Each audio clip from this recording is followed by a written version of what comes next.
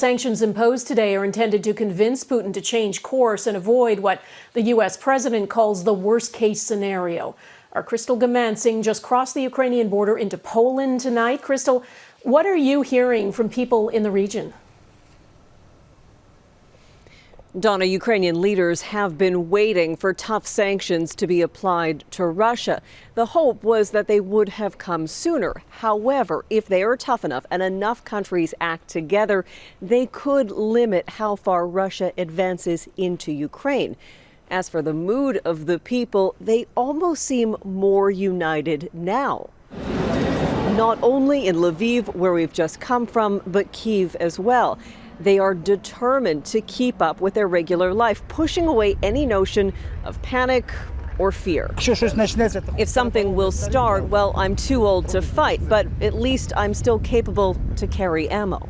But for people with somewhere else to go, it's hard to quiet voices outside of the country. An international medical student tells us his family is urging him to return to India. My parents are very much panicked.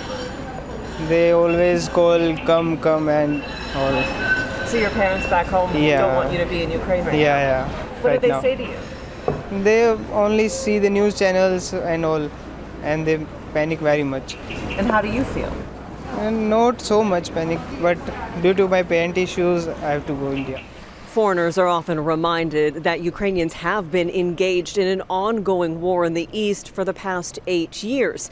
They say that Ukraine is a very large country, and until the conflict is at their doorstep, they refuse to be paralyzed by fear.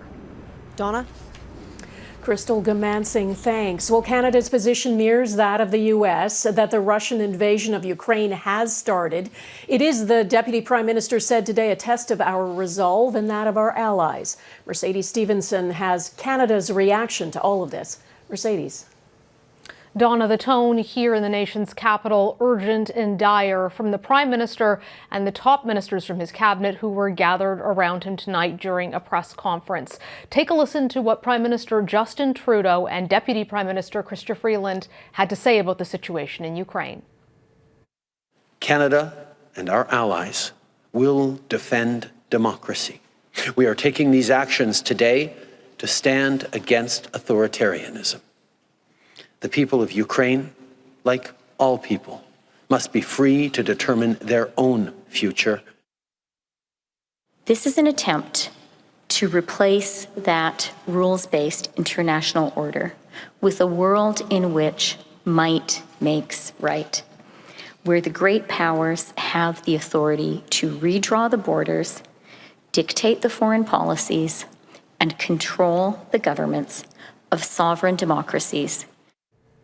Donna, you could really feel the weight there of the potential for a global crisis here that the government was underlining. Canada taking action falling in line with what the United States has done in terms of announcing sanctions against Russia. Those sanctions include banning Canadians from dealing financially with the independent states, sanctioning the Russian parliamentarians who voted in favor of recognizing those states, banning Canadians from purchasing Russian sovereign debt, as well as putting sanctions on 2 state-backed Russian banks. And officials say that this will escalate further if necessary. This is just the first round, not considered the invasion round. If Russia goes further, the sanctions will get worse and could include Canadian exports.